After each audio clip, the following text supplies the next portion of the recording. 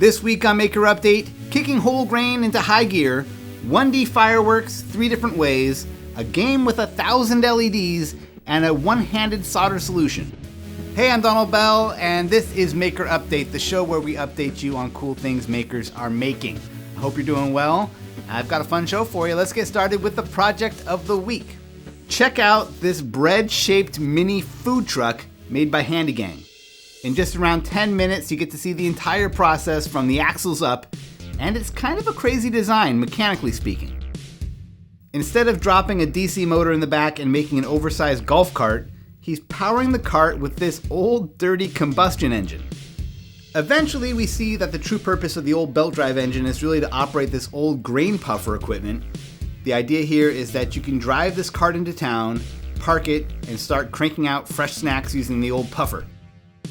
Just like he did last year with his giant fog-shooting bunny carts, Geng demonstrates some great techniques for creating hollow structures using steel ribs and sheet metal. In this case, it's the giant bread loaf that serves as a tiny kitchen and storage area. He adds a few other fun details like a pair of speakers for playing music, a lantern for a little atmosphere, and a brake lever shaped like a candy cane. He also made a little RC companion robot to help lure in customers. There's a speaker inside that you can trigger to play pre-recorded messages. At the end, it's great to see everything working. The cart is super slow, but it looks like a lot of fun. I also like thinking about what kind of mini food cart I would make. This one kind of makes me think of a churro spin-off, or maybe a cart that fires out popcorn. You can find a link to the video in the description. More projects.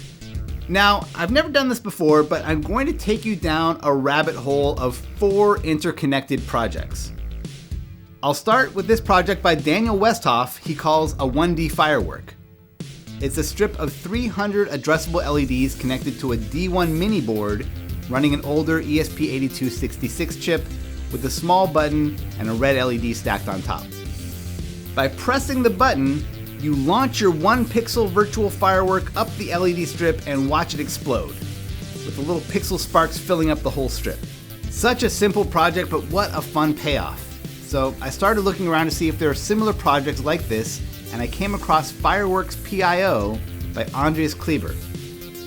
In this version, the top of the LED strip forks out into multiple strands in a starburst shape. It requires a little more structure to pull this off, but it's still a relatively simple project that packs a ton of wow factor.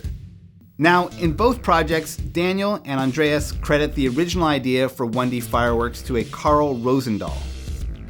This original work, posted over 6 years ago, uses just an Arduino Uno and the Fast LED library.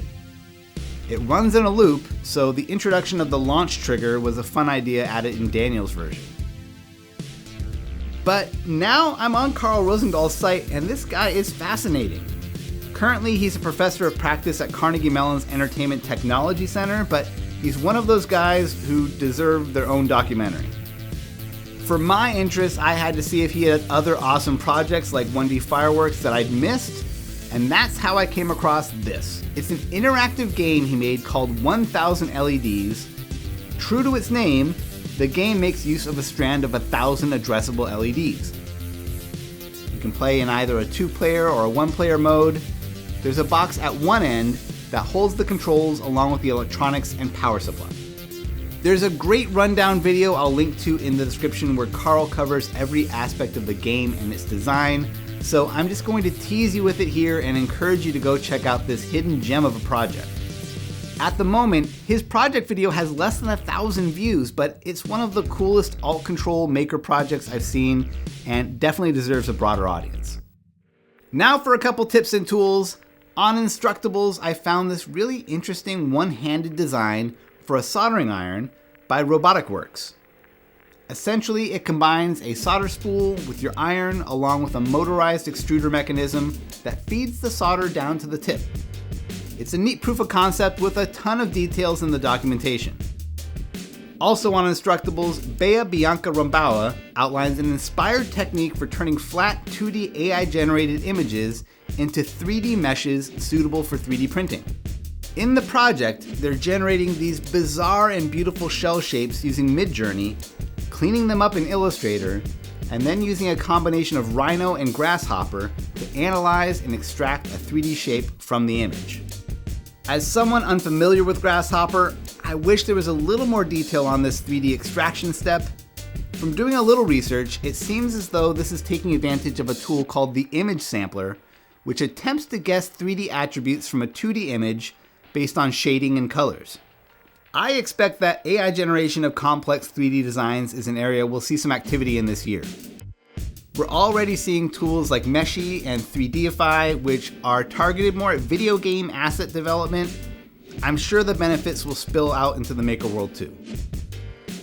For this week's DigiKey Spotlight, check out the latest episode of Potentially Genius on the DigiKey YouTube channel.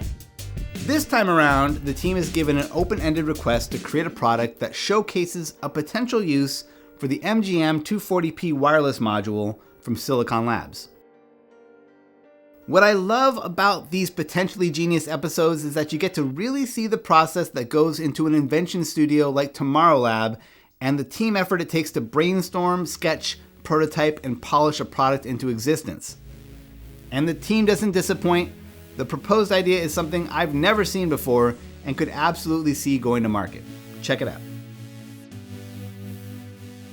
And that does it for this week's show. Be sure to subscribe, leave a thumbs up, leave a comment. Big thanks to DigiKey for making this show possible, and thank you for watching. I'll see you soon.